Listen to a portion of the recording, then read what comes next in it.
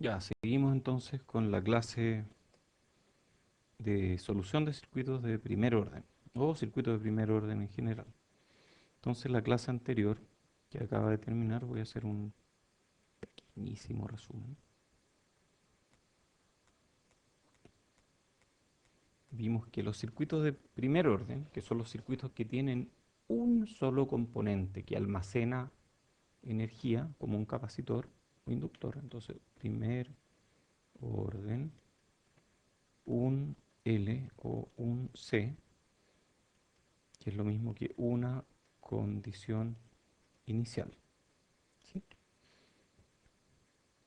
Todos esos circuitos responden a ecuaciones diferenciales de primer orden, por eso el primer orden aquí.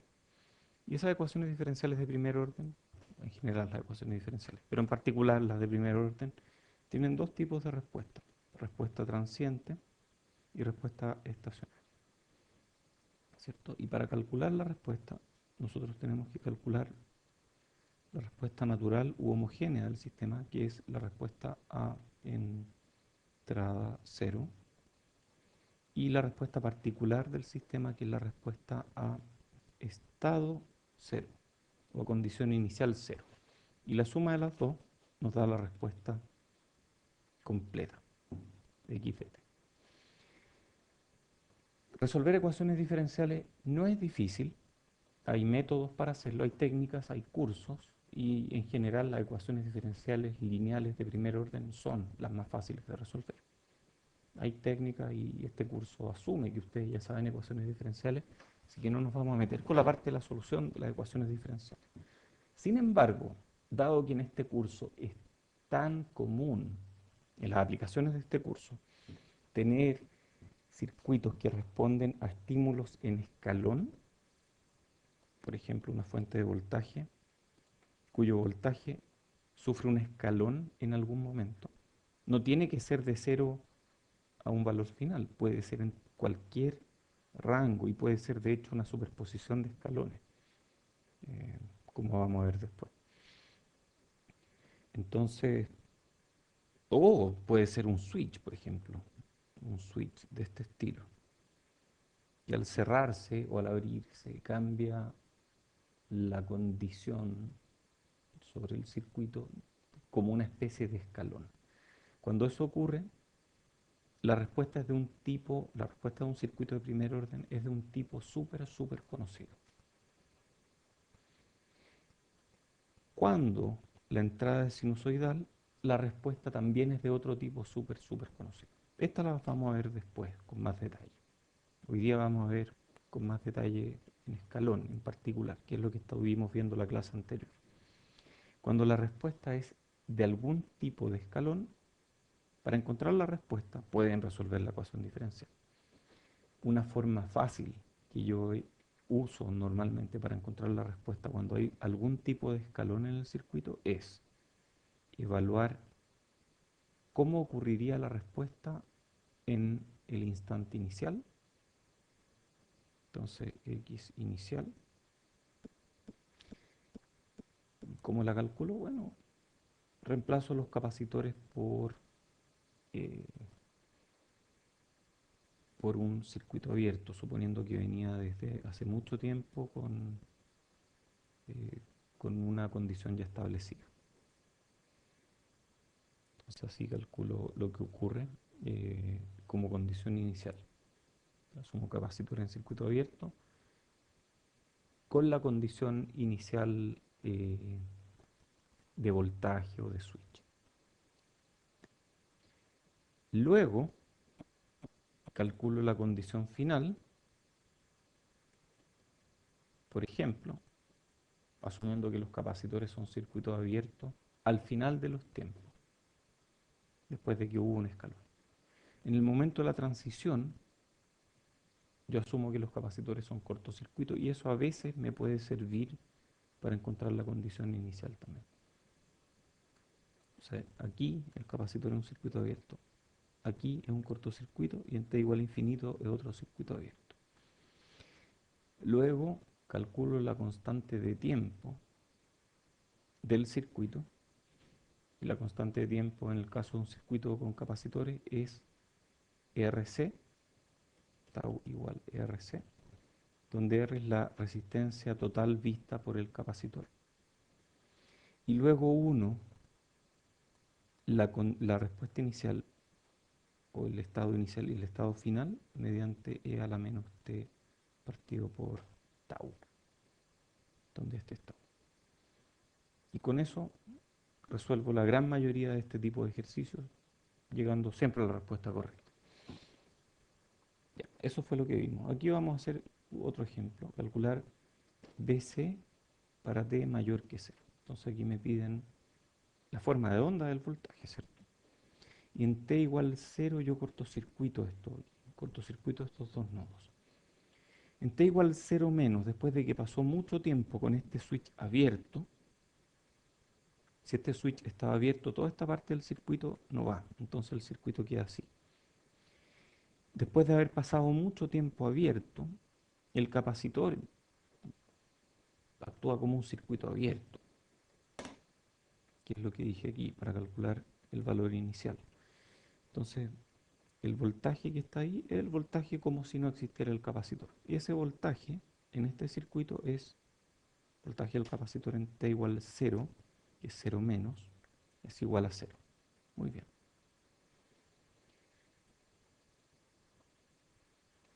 Una vez que el interruptor se cierra, el circuito queda así. Cerré el interruptor, quedó esto. Voy a tener algo en el capacitor. Para resolver hay dos opciones. La alternativa pésima, que es hacer mallas o nodos, es pésima. Hacer mallas o nodos para sacar todas las ecuaciones y luego formular la ecuación diferencial que buscamos y resolverla por las típicas técnicas de solución de ecuaciones diferenciales en las cuales ustedes ya son expertos. Y la alternativa inteligente, que es la que yo uso normalmente, sacar el equivalente de Helmholtz-Thevenin o Mayer-Norton, visto desde los bornes del capacitor, para llegar a un simple circuito RC. Entonces veamos qué circuito RC está, qué circuito de Thevenin o Norton está viendo este capacitor. Entonces el equivalente de Thevenin o de Helmholtz-Thevenin visto en esa dirección, visto ahí por el capacitor, va a ser un voltaje y una resistencia equivalente. El voltaje, el voltaje realmente no está haciendo nada aquí, ¿eh? Porque está entre dos nodos de la fuente, o sea, por aquí hay corriente, pero el voltaje aquí se mantiene, entonces este de aquí no hace nada. El voltaje va a ser la caída de tensión en R1, que es V1 R1 partido por R1 más R3, simple divisor de tensión aquí. Entonces ahí identificamos este divisor de tensión. Y la resistencia equivalente, ¿cómo hago esto? Yo puedo hacer esto, yo puedo cortocircuitar esta fuente. Al cortocircuitar esta fuente, esta resistencia queda en paralelo con un cortocircuito, por lo tanto desaparece. ¿Y qué es lo que queda aquí? Esta queda en paralelo con esta, R1 paralelo R3. Entonces Rx es eso, y el voltaje equivalente es eso otro. Esto se puede hacer siempre en circuitos de primer orden. Esto de ver qué resistencia o qué Thevenin de un capacitor. No importa qué tan complicado sea el circuito en cuanto al número de fuentes independientes, dependientes y resistores. Puede ser un circuito con 1824 componentes, da lo mismo. Si es de primer orden, se reduce al simple circuito RC que acabamos de estudiar. Por lo tanto, BC de T va a ser, esta es la ecuación típica que usamos, BC en 0 menos voltaje equivalente de Thevenin, ¿cierto? Es el voltaje al que se ve sometido finalmente, el voltaje equivalente de Thevenin, por E a la menos T partido por Rxc más Bx. Interpretemos esta ecuación, que la vamos a ver a cada rato. Interpretémosla de alguna forma. Si T igual 0, E a la 0 es 1. Entonces, Bc de T va a ser igual a Bc 0 menos Bx más Bx. Muy bien. Si T igual infinito, o t tiende a infinito, BC de t va a ser igual a e a la menos infinito da 0. Entonces esto va a ser px. ¿Se acuerdan lo que acabo de decirles yo? Que considero el valor inicial, valor final y lo uno por una exponencial. Eso es esto. Valor inicial, valor final unidos por una exponencial. La exponencial me lleva desde el valor inicial hasta el valor final a través de esta ecuación. Si yo conozco el valor inicial y el valor final y conozco la constante de tiempo, puedo resolver fácilmente cualquier circuito de primer orden que tenga algún escalón en alguna parte. Bueno, reemplazando los valores de C de 0 es 0, por lo tanto se llega a esto que está acá. ¿Cierto? S de 0 era 0, ¿no? Sí, es 0 y da esto. O sea, el voltaje crece exponencialmente. Ah, y reemplazando ahí, perfecto, y reemplazando ahí, perfecto. Así salió. Yo no resolví ninguna ecuación diferencial simple, sin embargo ya tengo la solución. Notable. Bueno, y eso va a ser una función de esta forma, ¿cierto? Va a tender desde 0 hasta el valor final. Ahí está. Es bueno saber eso, ¿ah? De que v por 1 menos e a la menos t partido por tau va desde 0, porque cuando t es 0, e a la 0 es 1, 1 menos 1, 0, va desde 0 hasta el valor final, que es cuando t vale infinito, e a la menos infinito es 0.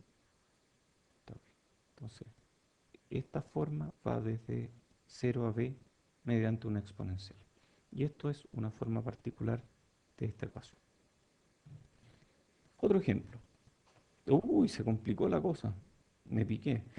Asumiendo BC de 0 igual 0, determinar gráficamente BC de t, gráficamente, para tau igual t medio, medio periodo partido por 18, medio periodo partido por 6 y medio periodo. Donde el periodo es de aquí hasta acá. Esto es tau. Esto es t, perdón. O sea, esto es t medios. Y este es el circuito. Una señal de onda cuadrada con esta forma de onda y una señal y una resistencia en serie. Hay varias cosas que uno puede concluir de este circuito y creo que es súper importante que uno empiece a mirar los circuitos a esta altura, más allá de lo que dicen las ecuaciones y más allá de lo que uno ve aparentemente. Por ejemplo, este es un ejemplo súper sencillo, ¿no? Pero este es un ejemplo de las cosas que a mí me interesa que ustedes ya empiecen a mirar en estos circuitos. A ver, si tengo un voltaje y tengo un capacitor, voy a tener, a ver, un circuito, una malla, aquí hay una corriente, sí, va a haber una corriente, perfecto. Pero si hay un capacitor, ese capacitor bloquea cualquier corriente DC. Un capacitor bloquea corrientes DC, que eso es equivalente a decir que los capacitores en DC presentan una impedancia infinita, ¿cierto?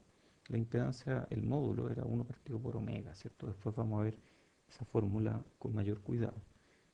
Entonces ZC módulo de... Y si omega es 0, si la frecuencia es 0, la impedancia es infinito, o sea, la corriente va a ser 0 en DC. Si la corriente en DC es 0 en este capacitor, significa, a ver, si la corriente en DC es 0, significa que a ratos voy a tener una corriente positiva y a ratos voy a tener una corriente negativa. Acabo de descubrir algo notable. O sea, si yo tengo este circuito, independientemente del valor inicial aquí, independientemente del estímulo, de lo que sea, yo sé que el promedio de la corriente entre t igual menos infinito y t igual a infinito va a ser 0, porque el capacitor no deja pasar corriente de C, y la corriente de C es el promedio. Y si el promedio es 0, entonces Durante un rato va a estar arriba y durante un rato va a estar abajo.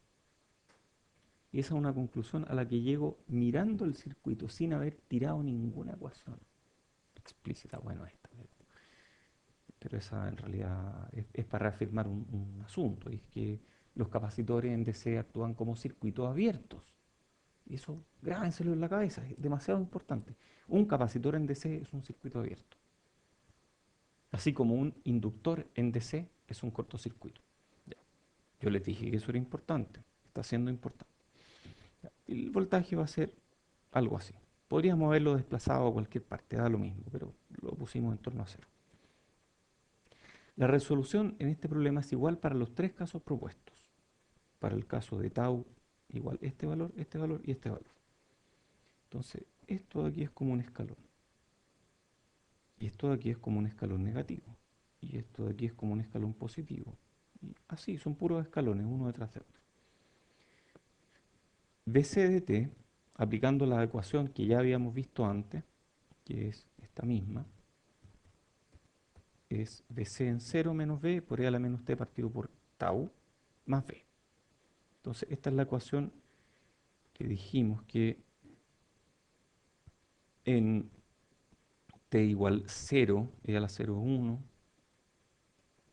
esto menos esto más esto da BC de 0 en t igual 0, obvio, ahí está t igual 0. En t igual infinito me da, esto, mejor pongámoslo, 0. En t igual infinito me da, esto se va, b en t igual infinito, y entre medio de los dos hay una exponencial que lleva desde el valor inicial, da lo mismo donde esté, puede estar arriba, a un valor final a través de una exponencial con constante tiempo RC. Muy bien. Entonces todo lo que hay que hacer es calcular valor inicial, calcular valor final y tirar la exponencial entre medio. ¿Qué ocurre aquí? Entonces, PC de 0 menos B. Ah, porque aquí cambió el valor final, ¿cierto? En este lado el valor final es B. En este otro lado el valor final es menos B. Por E a la T menos T partido por RC más menos B. Es lo mismo, es simplemente calcular el valor inicial en este periodo y luego unir eso con una exponencial. Puede que alcance a llegar cerca, puede que alcance a llegar lejos. Es necesario determinar el voltaje final de cada tramo. BC en T medio, BC en T, BC en T3 medio, 3T medio, etcétera, el que corresponda a la condición inicial del tramo siguiente. O sea, si mi circuito alcanzó a llegar hasta acá, esta va a ser la condición inicial del tramo siguiente. Y después tiende así. Si tuviera más tiempo, llegaría hasta el final. Es como cuando uno hace la prueba, si tuviera más tiempo, llegaría hasta el final. Pero no alcanzó a llegar. Y a partir de ahí comienza nuevamente. Para los dos primeros casos, esto es trivial, porque en 6 tau de establecimiento, donde tau vale RC, el voltaje alcanza un 99,8% de su valor final, ¿cierto? 6 tau. Entonces aquí tenemos 6 tau para establecernos. En T medios alcanzan a pasar 6 taus. Y en este otro caso, en T medios, alcanzan a pasar 18 tau. O sea, aquí se establece al 99,8% del valor final, aquí se establece al 99,99, muchos 9% del valor final. Por lo que los valores finales de cada tramo corresponden prácticamente a más menos B. Entonces llega hasta más B y después llega hasta menos B. En el tercer caso, cuando T es tau medio, el voltaje solo alcanza el 63% del valor final. ¿Cómo sabíamos que era el 63%? Calculen, E a la menos 1. Calculen eso, E a la menos 1. Ahí está, 63%. E a la menos 1 es 1 menos 63%. Ya. Por lo tanto, BC de 0 es 0. Entonces, BC en tau medios va a ser 0 menos B, o sea, esta distancia, por 0,37, que es el complemento en un 100% de 0,63. Y eso me da 0,63B. O sea, de aquí hasta allá alcanzo a llegar a 0,63B. Muy bien. Siguiente tramo. Este es mi inicio y este es mi fin. ¿De acuerdo? Este es el inicial, este es el final. El inicial no es aquí arriba, el inicial no es aquí al medio, el inicial es aquí. Y yo de esta diferencia, que va a ser para mí el 100%, necesito calcular lo que alcanzo a establecerme en un tau. Y en un tau llego a un 63%. De ese 100%. Eso es lo que expresan estas ecuaciones. BC en tau medios es 0,63 por B. Y si aplicamos la ecuación, 0,63 por B más B por 0,37 menos B. O sea, vamos a partir acá, queremos llegar a menos B, ese menos B está aquí y está aquí. Este es el valor inicial, este menos este o este es el valor final, y el establecimiento va a llegar a un 37%. Aplicando esta ecuación, llegamos a que esto es menos 0,39B. Este es mi valor inicial para el siguiente ciclo. Parto aquí. En vez de partir en 0 como partí antes, parto en menos 0,39. Entonces, en el siguiente ciclo, este va a ser mi valor inicial, este va a ser mi valor final. Si tuviera suficiente tiempo, esto se establecería así. Pero como no tengo suficiente tiempo, de aquí a allá, en una constante de tiempo, en un tau, alcanza a llegar hasta el 63% de esta distancia, de 1 volt menos 0,39. Esa distancia, 63% de esa distancia. Y al calcularlo me da 0,48. Así esto se va a empezar a ir corriendo. Se va a correr hasta que va a quedar establecido justo en la mitad. Justo en la mitad. Y después de mucho tiempo va a quedar algo así. Justo ahí en la mitad. Partió arribita de la mitad, pero tendió a la mitad. Mm. Qué buena, tendió a la mitad, porque la corriente que entra igual la corriente que sale. De manera que el promedio de las corrientes sea cero. Qué loco. Ja, ya habíamos hablado de eso. Uf, vamos a partir con otro. Circuito relé. Oye, esto es súper bueno que ustedes lo simulen en Spice. Podríamos hacer una simulación, ¿no? ¿O les da lata? ¿No les da lata? Ya, hagamos la simulación entonces.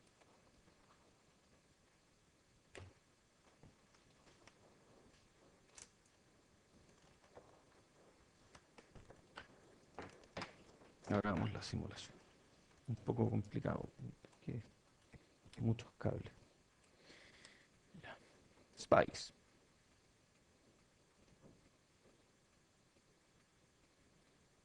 Entonces, vamos con una fuente de voltaje, tierra. Esto va a tener un valor de C, cero. No, mejor vamos aquí. Hagamos pulsos. Parte en 1 volt y después de medio segundo llega sin delay. Perdón, me equivoqué. Valor inicial es 1, valor final es menos 1. Y se demora 1 microsegundo en subir, 1 microsegundo en bajar. Tiempo de encendido es medio segundo y el periodo es 1 segundo. Entonces esa es mi fuente.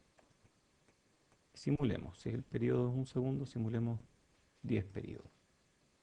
Y ahí está. 1, 2, 3, 4, 5, 6, 7, 8, 9, 10. 10 periodos. Muy bien. A esto le ponemos un R.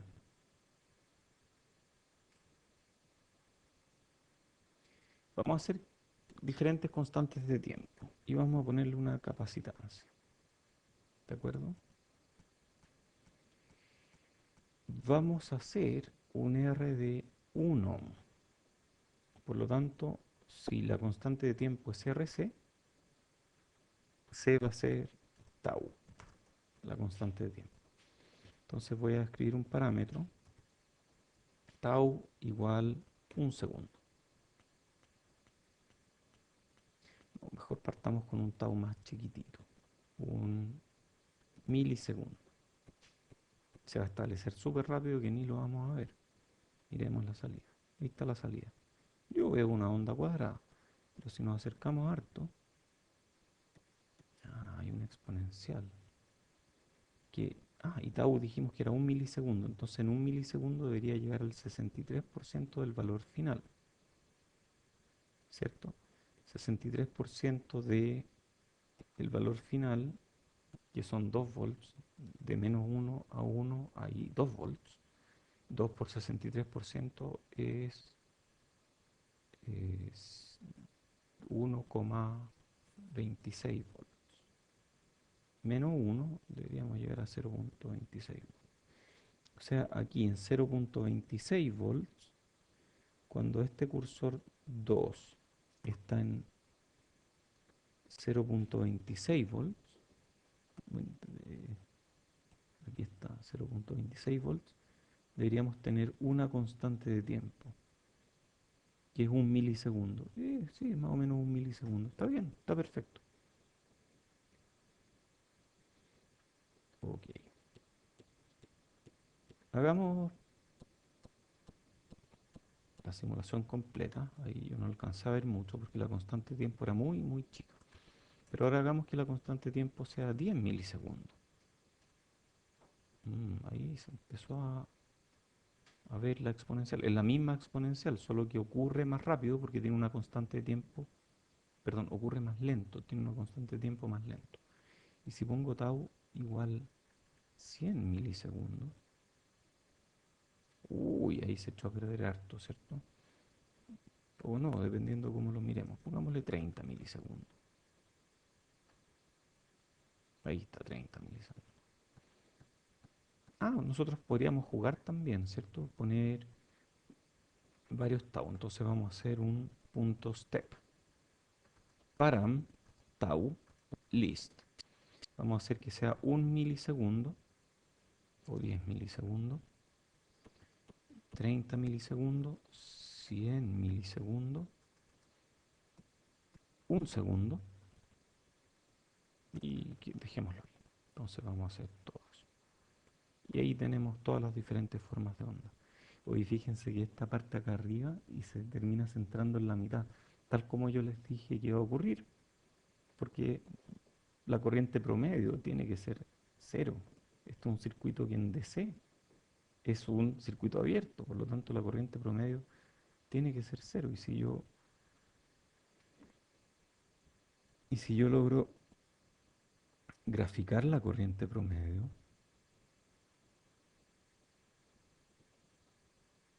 hay uno para arriba, otro para abajo, uno para arriba, otro para abajo. Y el promedio es cero. Eh, Son muy poquitos nanoamperes, así que es cero prácticamente. Qué buena. Está bueno. Ya, excelente. Se parecen harto, ¿no? Estas fueron sacadas con MATLAB, mientras que esas otras fueron sacadas con Spice.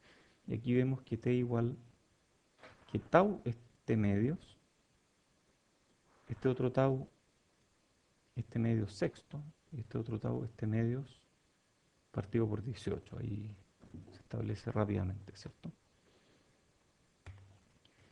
Vamos con el circuito RL. A continuación, estudiaremos desde múltiples puntos de vista el proceso de carga y descarga de un inductor. O sea, este es el dual de lo que vimos hasta ahora. Circuito RL paralelo es el dual del circuito RC serie, por lo que el procedimiento que seguiremos es exactamente igual al realizado para el caso del circuito RC. Aquí tenemos un escalón, UDT es un escalón de corriente, y tenemos R y L en paralelo. Muy bien. A ver, pero veámoslo intuitivamente. Un inductor en DC, o después de mucho tiempo sin ningún cambio en la entrada, se ve como un cortocircuito. Entonces al final de los tiempos toda la corriente se va a ir por aquí. Pero al principio de los tiempos toda la corriente se va a ir por aquí. Porque a un inductor no le gustan los cambios bruscos de corriente. Entonces yo esperaría que la corriente del inductor al principio sea cero. Al principio del escalón sea cero. Y después empieza a crecer y finalmente se vuelva un cierto valor máximo que va a ser I. Entonces la corriente del inductor yo espero que suba así, hasta llegar ahí, con una constante de tiempo que vamos a calcular. Y va a tener que ver con la resistencia que ve el inductor. Entonces estudiamos la respuesta de este circuito RL paralelo excitado con un escalón de corriente.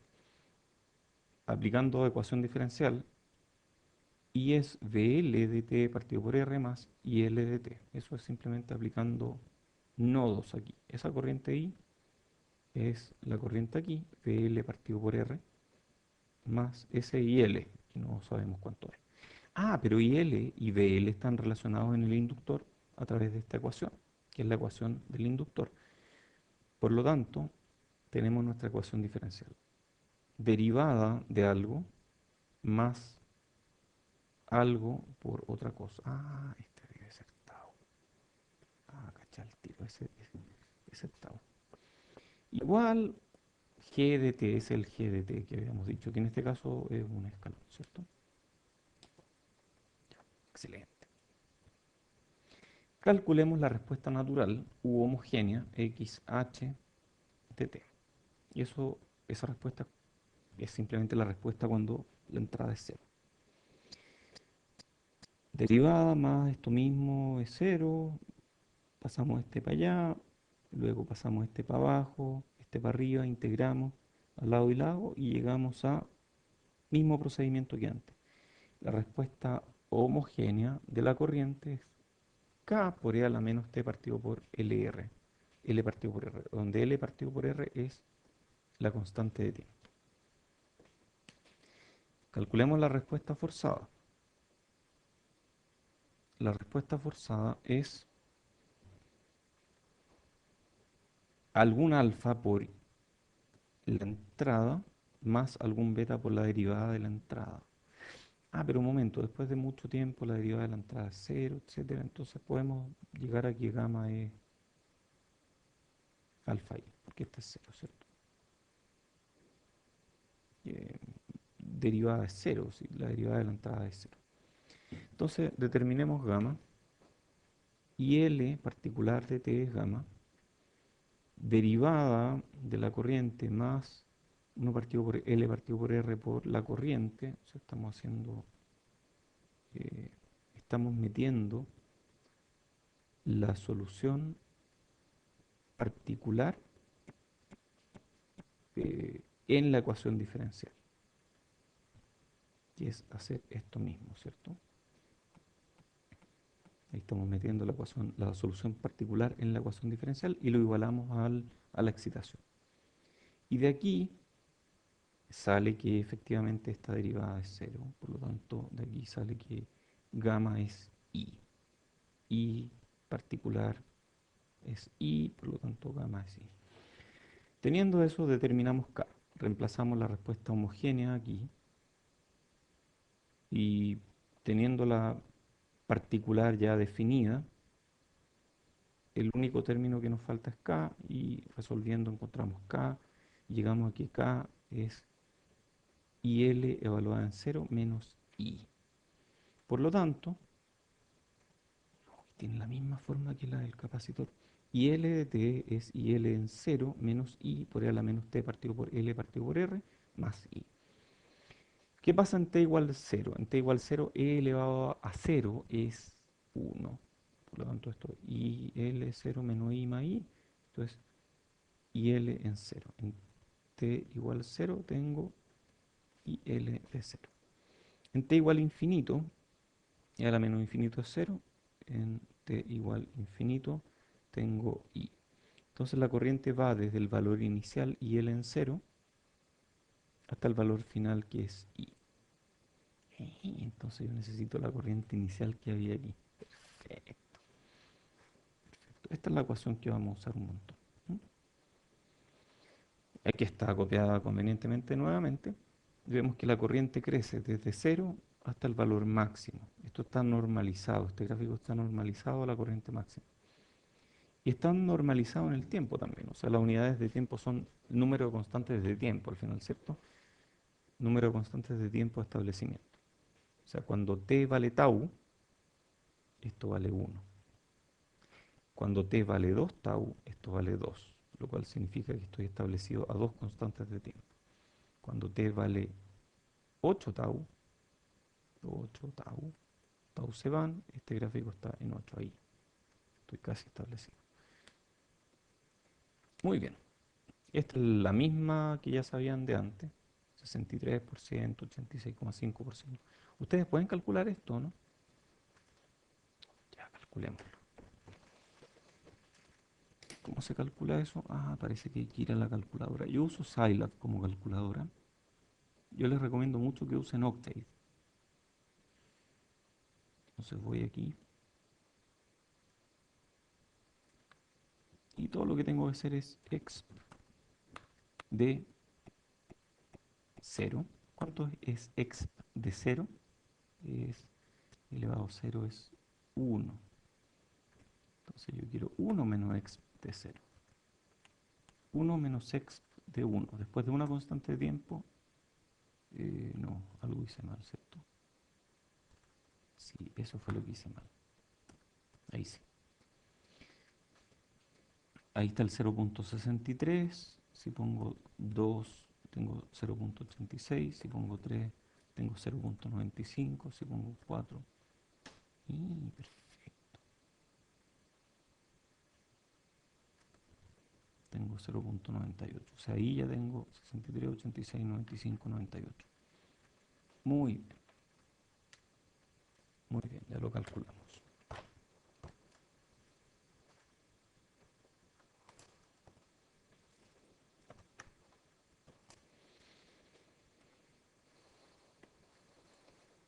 Excelente.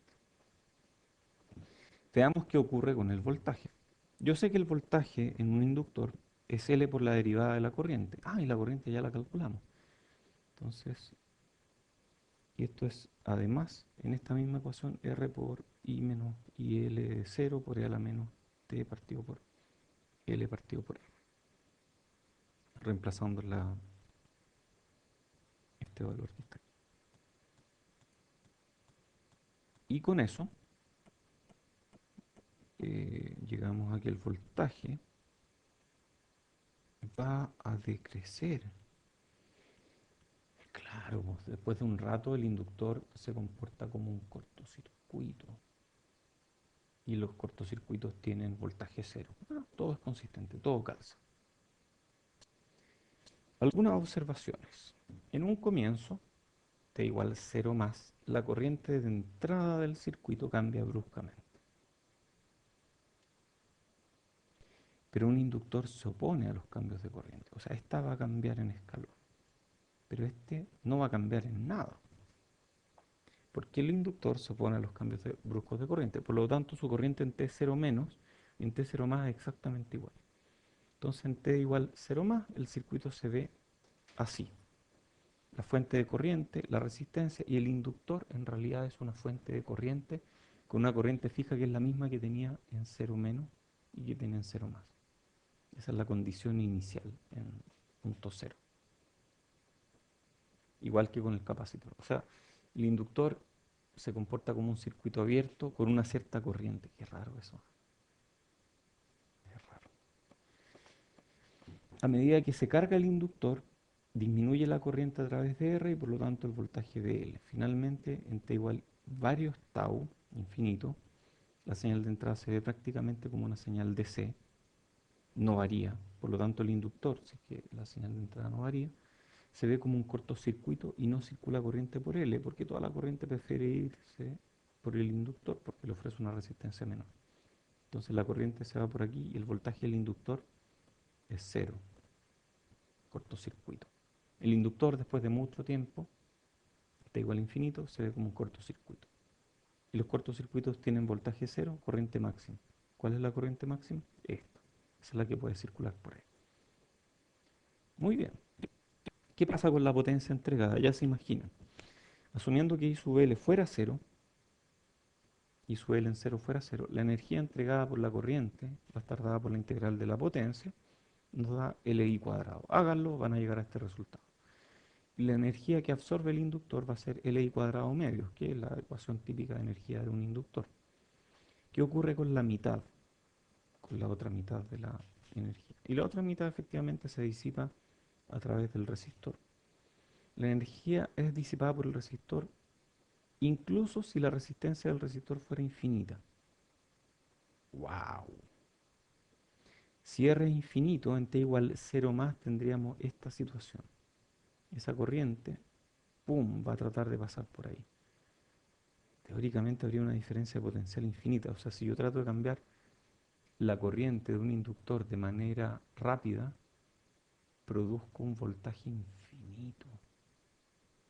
Algo así es como funcionan los flash de las cámaras fotográficas, produciendo un voltaje muy alto. Por ejemplo, cambiando la corriente de un inductor rápidamente. Si tienen un motor andando, no desenchufen eh, el motor, porque si lo desenchufan y el motor es inductivo, el motor es como una inductancia, es como un imán, como un electroimán. Al desenchufar el motor va a haber un grande IADT, y ese grande IADT produce un gran voltaje. Teóricamente habría una diferencia potencial infinita y una resistencia infinita por aquí, por lo que la energía disipada por el resistor infinito va a ser distinta de cero. O sea, aquí se disipa algo de energía. Es curioso eso. En alguna parte se va esa energía, pero cuando quiero cargar, cuando quiero cargar un inductor mediante corriente constante, pierdo la mitad de la energía. ¡Wow! De hecho, la forma más eficiente de cargar un inductor es mediante una fuente de voltaje. Y si no me creen, demuéstrenlo. Háganlo en su casa y demuéstrenlo. El dual DC. La forma más eficiente de cargar un capacitor es mediante una fuente de corriente. Y si no me creen, demuéstrenlo. Cargar un capacitor con una fuente de corriente no pierde energía. Cargar un inductor con una fuente de voltaje no pierde energía. Esta es la razón por la que los transformadores, que vamos a ver después en este curso, son como inductores. Funcionan para transformar voltaje y son como inductores. Ejemplo, calcular I para T mayor que 0. Uy, el circuito feo. Tiene dos inductores. Oh, y en T igual 0, yo muevo este switch de aquí a acá. Estos switches tienen doble throw, que le llaman, ¿cierto? Doble throw, porque tiene uno ahí y otro ahí. O sea, puedo conectar eso allá o eso allá. Entonces este sería un single pole double throw. Hay una notación para los switches. Este sería otro single pole double throw. Entre los dos hacen un DPTT, double pole double throw. Ya, da lo mismo, eso no es importante ahora. Es importante que sepan que existe una convención. SPST, SPDT, DPST, DPDT. Son todos tipos de switch. Muy bien. Entonces hay una fuente de voltaje, inductor, inductor R. Calculemos las corrientes justo antes del cambio en los interruptores, asumiendo que el circuito estaba en ese estado hacía mucho tiempo. Entonces agarramos estas corrientes en los inductores, asumiendo que llevaba mucho tiempo ahí. Llevaba mucho tiempo ahí. Esa fuente ahí. Ah, y los inductores después de mucho tiempo pasan a ser cortocircuito. Ah, yo puedo calcular esas corrientes sin ningún problema. La corriente, después de mucho tiempo, o sea, desde menos infinito tenían dando el circuito en cero, es V1 partido por R1. Ese ruido pone en peligro esta clase. V1 partido por R1, el sonido del progreso. Después tenemos IL2, que es V1 partido por R2. Por aquí no pasa corriente, porque esto es un cortocircuito. Muy bien, ya tengo esas condiciones iniciales. Una vez que los interruptores cambian de posición, queda el circuito así. A ver, si este se mueve para allá, este se mueve para allá. Ah, esta fuente queda totalmente desconectada. Y por los inductores, momento, estaba fluyendo una corriente hacia abajo. O sea, por aquí va a seguir fluyendo una corriente hacia abajo, por aquí va a seguir fluyendo una corriente hacia abajo. ¿Qué pasa con esas corrientes? Porque están como en paralelo. Ah, se van a sumar las corrientes de alguna forma, ¿no? Perfecto. Si bien I en 0 menos es 0, I en 0 más es V1 partido por R1 paralelo R2. Entonces la respuesta del circuito va a ser completamente natural. O sea, esa corriente, paralelo de la inductancia, se va a disipar en esta resistencia. El inductor equivalente se descarga completamente a través de este resistor. Muy bien. Estas dos corrientes se suman, ¿cierto? Porque esta viene por aquí, esta viene por aquí, se van a sumar. Y la corriente en el tiempo va a ser la corriente en 0 más, que es V1 paralelo R1, perdón, V1 partido por R1 paralelo R2. Yo tengo estos dos, tengo este, por lo tanto puedo calcular V1. Puedo calcular el voltaje. Menos I final, y la corriente final, si esto se descarga, va a ser 0, ¿cierto? Esto va a ser 0. Por E a la menos T partido por inductancia vista por la resistencia, partido por la resistencia. Esa es la constante de tiempo. Por lo tanto, la corriente es V1 partido por R1 paralelo R2 por E a la menos T partido por tau, donde esto es tau. Wow. Algunos comentarios. En circuitos de primer orden que tienen C o que tienen L, la constante de tiempo depende de la resistencia equivalente visto desde los bornes del elemento que almacena energía. O sea, si yo tengo un capacitor en un circuito de primer orden o un inductor, quiero conocer la constante de tiempo, yo sé que en el caso del capacitor, tau es RC. Y en el caso del inductor, tau es L partido por R. Donde C y L son los elementos que almacenan energía, y el R es el R visto por ese C o el R visto por este L. No importa qué tan complicado sea el circuito, si es de primer orden, este se puede reducir a un simple circuito RC o RL. Tanto para el caso de RC como RL, la solución para cambio en escalón está dada por esta ecuación.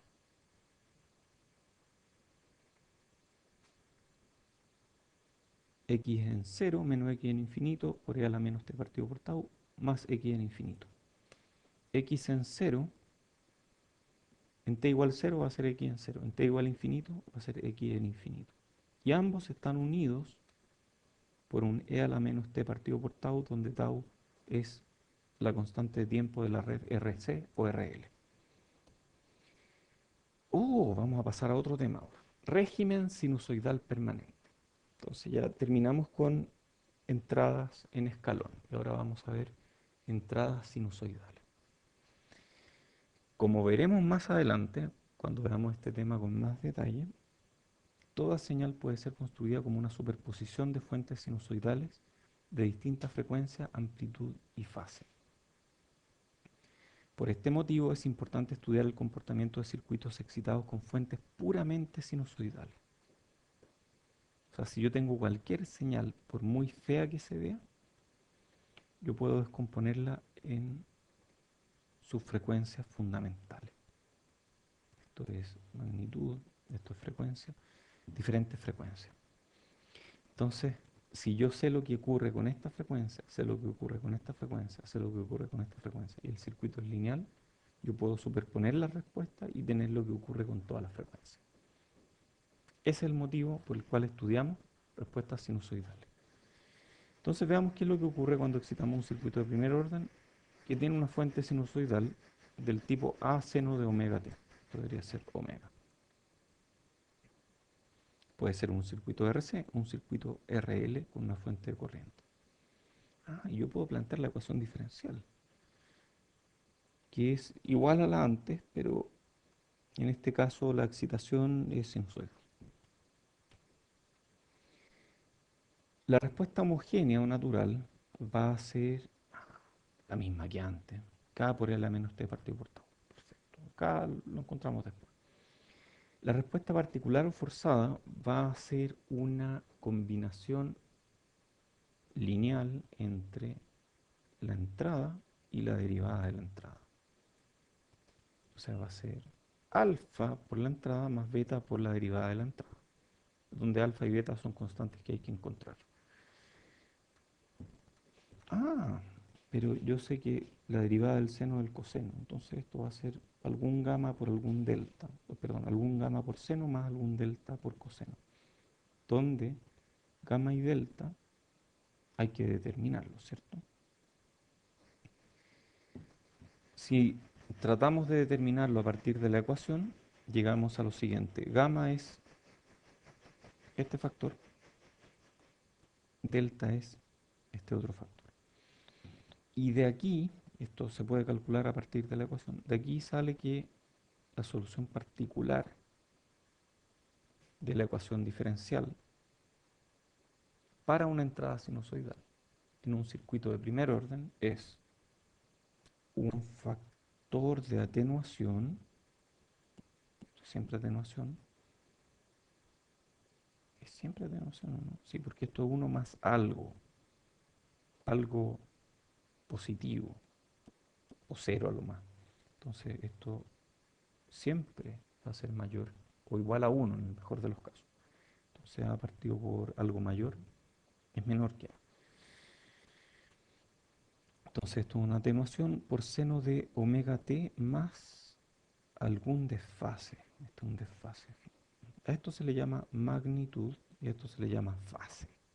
Entonces las respuestas sinusoidales en régimen permanente tienen magnitud y tienen fase. Y la magnitud depende de la frecuencia y la fase también depende de la frecuencia. Determinemos K. Ahora ya tenemos la respuesta particular. Entonces ahora podemos volver atrás, reemplazar en la respuesta total y sacar K. Eso es lo que hacemos, x de t, x homogénea más particular. Reemplazamos este, que tiene un término desconocido, más este otro que está ya totalmente definido. Evaluamos en un punto, en 0 por ejemplo, y de ahí despejamos K. Y K va a ser x de 0 menos tau omega A partido por 1 más tau cuadrado omega cuadrado. Por lo tanto, podemos definir la expresión, y esto, esto se ve horrible, pero no es tan horrible. Una parte que tiende a 0, x de 0 menos este factor que está aquí, por L a menos t partido por tau, cuando t es infinito, esto vale 0. Más algo que permanece, y esto que permanece se llama régimen permanente. Este es transitorio o transiente, toda esta parte aquí es transitoria o transiente, después de suficiente constante de tiempo se va, y esto es permanente, permanece después de un tiempo. Y eso es régimen permanente. El régimen sinusoidal permanente, una vez que desaparece la respuesta homogénea, cuando t es mucho mayor que tau, cuando t es mucho mayor que tau, eso es lo que ocurre, esto se va, todo esto se va. Nos queda la respuesta en régimen sinusoidal permanente, que es función de t, y es una sinusoide atenuada, con algún tipo de atenuación, y a eso le llamamos magnitud, y tiene frecuencia, la misma frecuencia de la entrada, y tiene una fase, un desfase que es el arco tangente de tau omega, en este caso en particular. Todos los voltajes y todas las corrientes del circuito van a ser sinusoides. Después de mucho tiempo en régimen sinusoidal permanente, todos los voltajes y todas las corrientes van a ser sinusoides de igual frecuencia, omega, frecuencia misma que la excitación. ¿Se imaginan que no fuera así? O sea, ¿se imaginan? Esto es un sistema de primer orden, parecido, no sé, al sistema de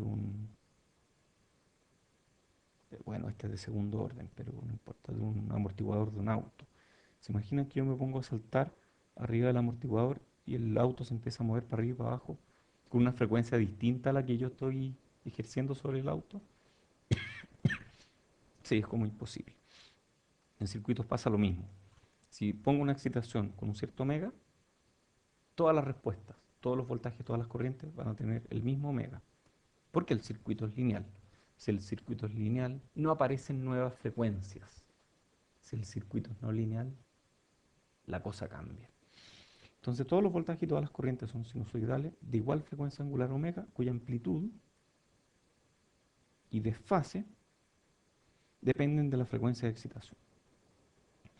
Al modelar circuito en régimen sinusoidal permanente es aquí falta una palabra, extremadamente conveniente utilizar números complejos para representar la amplitud y la fase de la sinusoide. Entonces vamos a hacer números complejos. Parte imaginaria, parte real. Esta es la parte real, esta es la parte imaginaria que es como raíz de menos 1, o sea, el vector base. Y raíz de menos 1 se le dice i porque es raíz de menos 1. Pero i es corriente, entonces los eléctricos cambiamos j. J es raíz de menos 1. A más jb es el módulo que se saca por Pitágoras por un ángulo que se saca por funciones trigonométricas. Es A, B, que es la parte imaginaria, partido por A, eso es la tangente del ángulo. Entonces, si yo hago arco tangente de B partido por A, tengo el ángulo. Y se usa este símbolo, y esto lo van a usar un montón en este curso. Entonces es importante. Magnitud, ángulo, algo. Esto significa ángulo. Magnitud, ángulo, algo. Eso. Y eso sería por ahora. Creo que estamos llegando al final de esta clase. Em, Tal vez podemos hacer alguna simulación por ahí.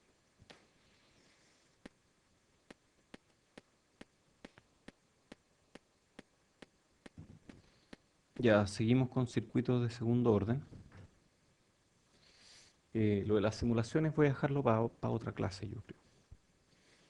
Entonces quedan como 15 o 20 minutos en esta clase. 20 minutos. No creo que lleguemos al final. Circuitos de segundo orden. Uy, es complicado porque si vimos ya circuitos de orden cero, después vimos circuitos de primer orden, ahora vemos circuitos de segundo orden y cabe preguntarnos hasta qué orden vamos a llegar. Bode una vez contó un circuito de orden 55. Bode trabajaba con circuitos. Entonces, chuta, hay que hacerlos todos. No, no es necesario. Porque cuando son de orden mayor que 2, pueden ser reducidos a una combinación de circuitos de orden 1 y o de orden 2. Por lo tanto, los únicos que vamos a estudiar son de orden 1 y de orden 2. Y este es de orden 2. Ok, en las últimas dos clases estudiamos circuitos de primer orden. Dijimos, ¿cierto?, que eran circuitos que tenían un elemento que almacena energía, un capacitor o un inductor, con condiciones iniciales, una condición inicial. Si es de segundo orden, podemos intuir que estamos hablando de dos elementos que almacenan energía, por ejemplo, un inductor y un capacitor, y dos condiciones iniciales independientes. En las últimas dos clases hablamos sobre régimen transitorio, régimen permanente, muy poco, algo de eso hablamos, pero vamos a seguir con eso después. Y también tratamos el concepto constante de tiempo, que es un concepto demasiado importante en ingeniería y creo que es relevante que vayan aprendiéndolo de a poco. Hay algo que no mencioné en la clase pasada y es que la respuesta natural o respuesta homogénea también se le llama como de relajación a veces.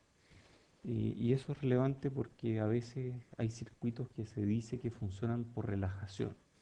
Y que un circuito funcione por relajación es equivalente a decir, yo tengo un capacitor cargado, lo pongo frente a un elemento resistivo, un resistor sin ningún tipo de fuente, y este capacitor se va a descargar y va a producir una curva que parte en voltaje inicial y decae exponencialmente con VI e a la menos T partido por RC. Eso es una curva de relajación, porque es como que el capacitor se relaja en una resistencia. Ya, entonces hablamos sobre régimen transitorio, régimen permanente y tratamos el concepto de constante de tiempo. Ahora seguiremos el estudio de circuitos con capacitores e inductores, pero analizaremos en detalle los circuitos de segundo orden. Estos circuitos son muy importantes porque muchos sistemas de orden mayor a 2 se comportan aproximadamente igual a un sistema de segundo orden o de primer orden. En realidad, los de primer orden y segundo orden eh, generalmente son a lo que uno puede reducir circuitos más complicados. Si es de segundo orden o si es de primer orden, ahí hay que aplicar criterios. Pero, por ejemplo, cuando hay una constante de tiempo en un circuito mucho más lenta, mucho mayor que todas las demás constantes de tiempo de un circuito, uno puede decir que ese circuito es aproximable a primer orden. Y así con los de segundo orden también.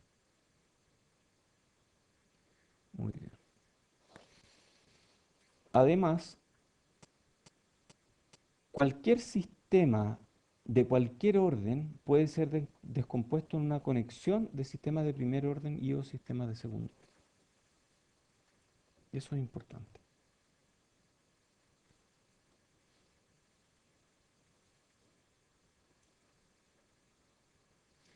Obtención de la ecuación diferencial. Entonces, en circuitos de segundo orden o de orden mayor, en términos algebraicos se vuelve un poco más complicado, un poco más tedioso esto que hacíamos la clase anterior o esta misma clase hace un rato atrás.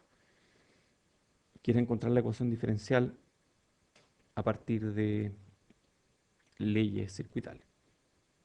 Hay dos alternativas. La alternativa estándar es plantear todas las ecuaciones del circuito y sustituir unas en otras de manera de llegar a una sola ecuación diferencial para la variable de interés. Y esto suele ser extremadamente tedioso porque la notación es extensa, digamos decir de T a de T o, o etcétera, esa notación es complicada. Lo mismo para las integrales de d, de x entre 0 y todo, lo que sea. Esa notación es extensa. La alternativa inteligente, que es la que vamos a aplicar en este curso, es usar la transformada de Laplace, la que permite plantear la ecuación buscada rápidamente. Por ahora, vamos a emplear la transformada de Laplace para simplificar la notación. Pero después vamos a ver que la transformada de Laplace además tiene otras gracias. Y esas otras gracias las vamos a ir descubriendo a poco. Los que estén tomando señales, posiblemente a estas alturas no han visto Laplace todavía. Y no es necesario, lo vamos a ver en paralelo. La gracia para los que están tomando señales es que van a poder complementar lo que aprendan en este curso con lo que aprendan en señales. En señales lo van a ver con mucho más detalle. Aquí vamos a usar lo que nos sirva de transformada de Laplace. Entonces, ¿cómo obtenemos la ecuación diferencial?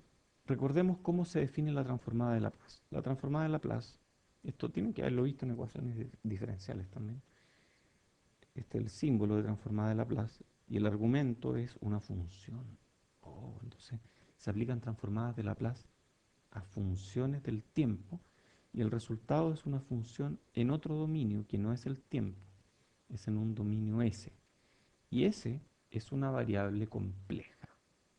Variable compleja.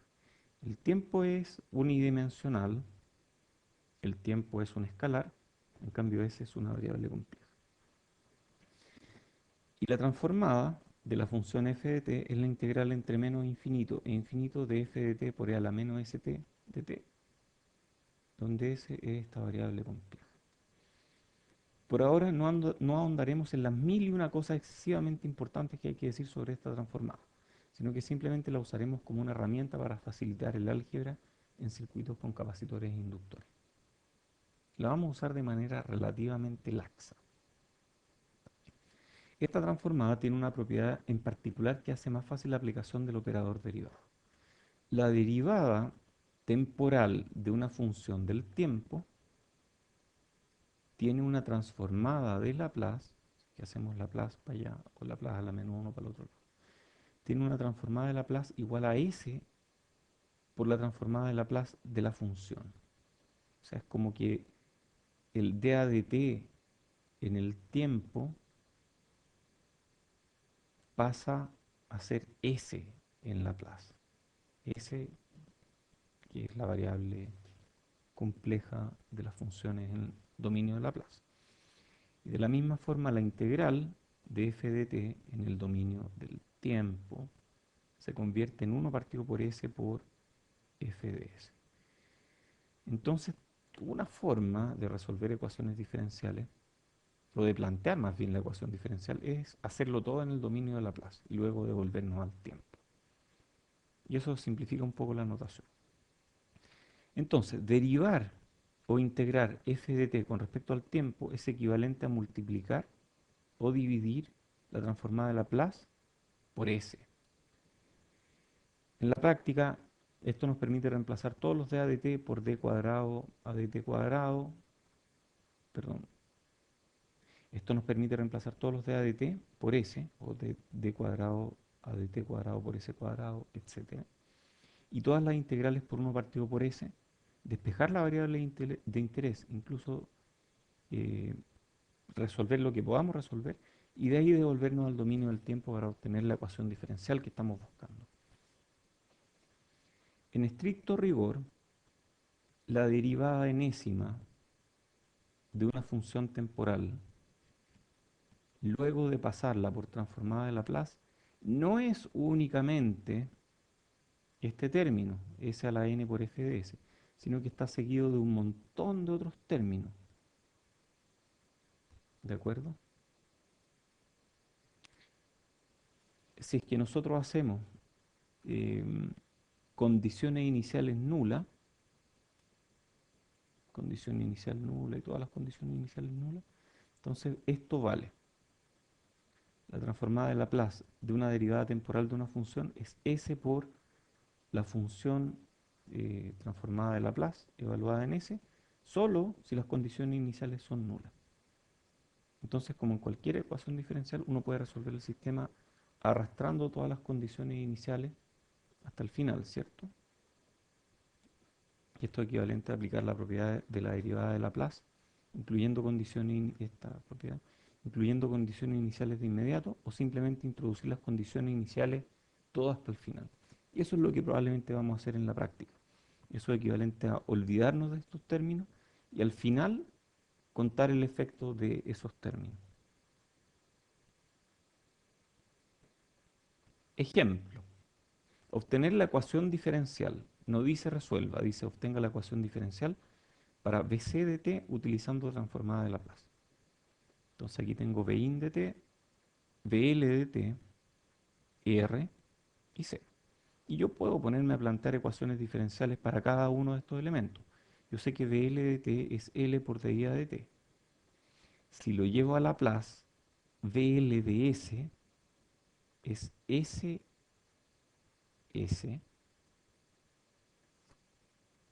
L por I sub L de S. Y C de S es SC BC de S, de la misma forma.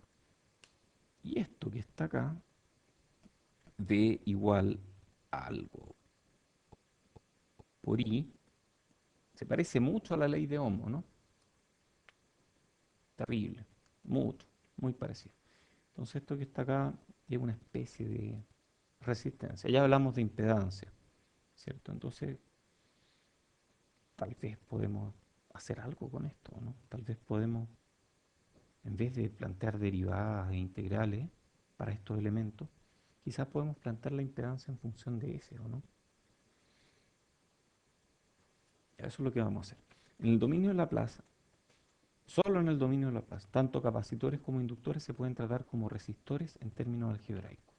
Y aquí es donde yo digo que la notación se simplifica un montón. La razón VL en Laplace partido por IL en Laplace para un inductor es S por L, donde S sabemos que pasa al dominio del tiempo como operador derivada en el tiempo. Mientras que lo mismo, impedancia de un capacitor es 1 partido por SC, donde el 1 partido por S pasa a ser las veces de operador integral. Entonces vamos a usar el término S, que es la variable de Laplace, como un operador para circuitos en el dominio del tiempo. Es curioso, ¿no? Una forma curiosa de usarlo. Vamos a ver que es súper útil. Entonces estas serían las impedancias.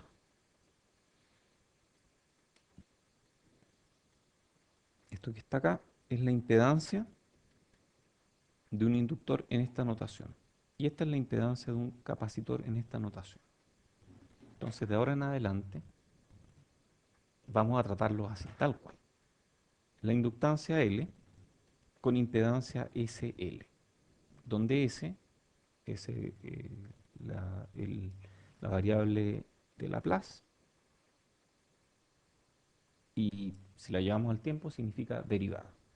Y la impedancia de un capacitor es 1 partido por SC, donde 1 partido por S llevado al tiempo es integral. Esto implica que podemos ocupar todas las técnicas inteligentes, porque estas cosas son lineales, y conocemos, divisores de tensión y de corriente, equivalentes de Helmholtz, Thevenin, Mayer-Norton, etcétera, usando, porque son lineales, porque podemos ocuparlo, y luego al final plantear una ecuación diferencial que podemos resolver. Esto es lejos lo más fácil que hay para resolver ecuaciones diferenciales de circuitos complicados.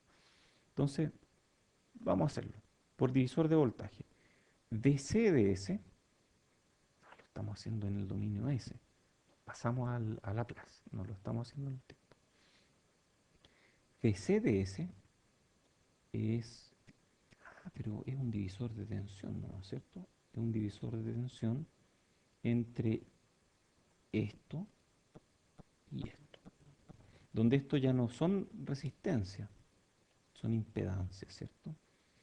Entonces va a ser el divisor de tensión que hay aquí en R paralelo esta impedancia, R paralelo 1 partido por SC, partido por la suma, esta impedancia más esta impedancia, SL, esa es la impedancia del inductor, más R paralelo 1 partido por SC, donde esta es la impedancia del capacitor. Todo eso por Vin de S. Yo puedo expandir esto, el operador paralelo, R paralelo 1 partido por SC, me da esto que está acá. Y luego, uy, qué bueno, esto está en ohm, esto está en ohm, esto está en ohm, uy, todo esto está en ohm. Y de aquí puedo llevar esto allá arriba, por ejemplo, multiplicar hacia allá y quedarme con S cuadrado dividiendo por RLC, ¿cierto? Más S partido por RC, constante de tiempo, más 1 partido por CL, por BC de S es 1 partido por CL por D de S. Y ahora estoy en Laplace. Y ahora me devuelvo al tiempo. Y cuando me devuelvo al tiempo, S cuadrado, oye, qué loco lo que hicimos aquí, es realmente factorizar. Por eso, y esto pasa a ser un operador si es que uno lo deja en el tiempo. S cuadrado por BC de S en el tiempo es la derivada, la segunda derivada temporal de BC de t. S por BC de S partido por RC en el tiempo pasa 1 partido por RC por la derivada temporal. Más 1 partido por CL, esto queda igual por BC de t, y esto también queda igual. Y ahí ya está planteada la ecuación diferencial. Está listo el planteamiento. De haber hecho esto sin utilizar la transformada de Laplace, de haberlo hecho directamente con ecuaciones diferenciales, nos habríamos enredado un montón con la notación, habríamos tenido que plantear para cada uno de estos, cuidándonos mucho, no equivocarnos con ninguna de estas ecuaciones. Al final es tanto más fácil hacerlo por Laplace, asumiendo estas impedancias. Entonces esta es la forma que vamos a usar nosotros para resolver circuitos. Este procedimiento, como dice aquí, es espantoso, no se entiende nada, solo se trata de un montón de ecuaciones sin sentido. En cambio aquí, uno ve la impedancia de la capacitancia y uno ve la impedancia de la inductancia, se ven directamente y, y es mucho más elegante y es mucho mejor. Esto solo se aplica en circuitos a los cuales les podemos sacar la transformada de Laplace. Estamos hablando de circuitos lineales, que son el caso de este curso, así que estamos bien. Las corrientes, no, esto ya pasa por la solución. Dejémoslo aquí.